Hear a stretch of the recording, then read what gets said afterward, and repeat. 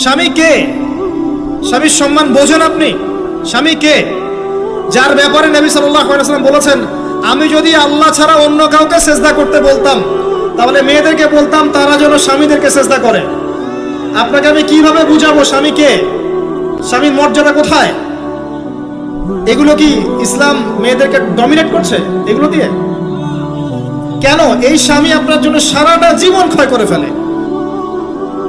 একটা চোর পর্যন্ত, একটা চোর, একটা করাপ্টেড মানুষ, দুর্নীতিগ্রস্ত মানুষ, সে চুরি করে দুর্নীতি করে এনে বাচ্চাকে খাওয়ায়।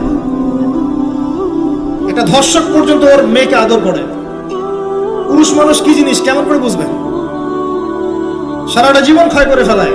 যদি আপনি তার আনুগত্য করেন, তার সামনে সুন্দর মতো থাকেন, তার কথার সাথে তর্ক না করেন, ভালোবাসা দিয়ে থাকেন, আপনার জন্য সে জীবন দিতে প্রস্তুত থাকবে। এরকম পুরুষ মানুষ। আপনাদেরকে কেউ চোখ তুলে তাকালে চোখ তুলে ফেলাবে, এরকম পুরুষ মানুষ। আর এখন তো পরিস্থিতি ডিফারেন্ট। বাসায় পুরুষ বাইরের ছেলের সাথে ফোনে প্রেম হয়ে গেছে, পালায় চলে গেছে, বিয়ে করে ফেলছে। দেখবেন বাসায় স্ত্রী আছে, বাইরের মেয়ের সাথে প্রেম করে বিয়ে করা শেষ। বিয়ে করলে সমস্যা নাই, ব্যভিচার করে ফেলছে।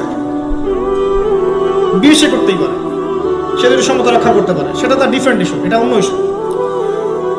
তো স্বামীর আনুগত্য আপনাকে কিভাবে বুঝাবো? এটা দাসত্ব নয়।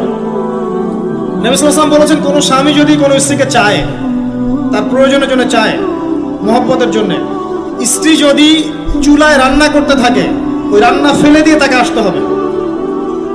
হাদিস। রাতের বেলা স্বামী স্ত্রী শুয়েছে, স্বামীর চাহিদা আছে, স্ত্রীর কোনো সমস্যা নাই, স্ত্রী ফিট, ইচ্ছা করেই অহেতুক স্বামীকে বলল আমি রাজি না, উল্টা পাশে মুখ করে ঘুমিয়ে গেল। আল্লাহর নবী বলছেন, সারা রাত আল্লাহর পক্ষ থেকে একজন ফেরেশতা আসবে, এসে এই নারীকে অভিশাপ দিতে থাকবে।